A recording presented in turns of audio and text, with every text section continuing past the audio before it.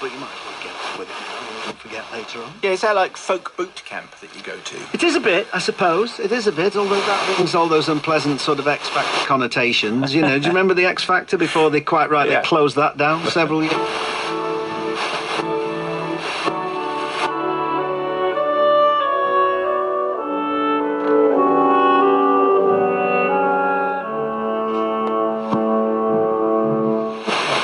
Which bird or animal you want, and then work out a deliberate case with them after a deposit is paid.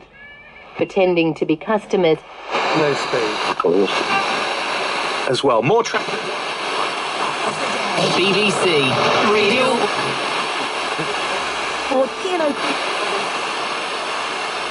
To simplify it, there's the Musical Copyright Society of Massachusetts.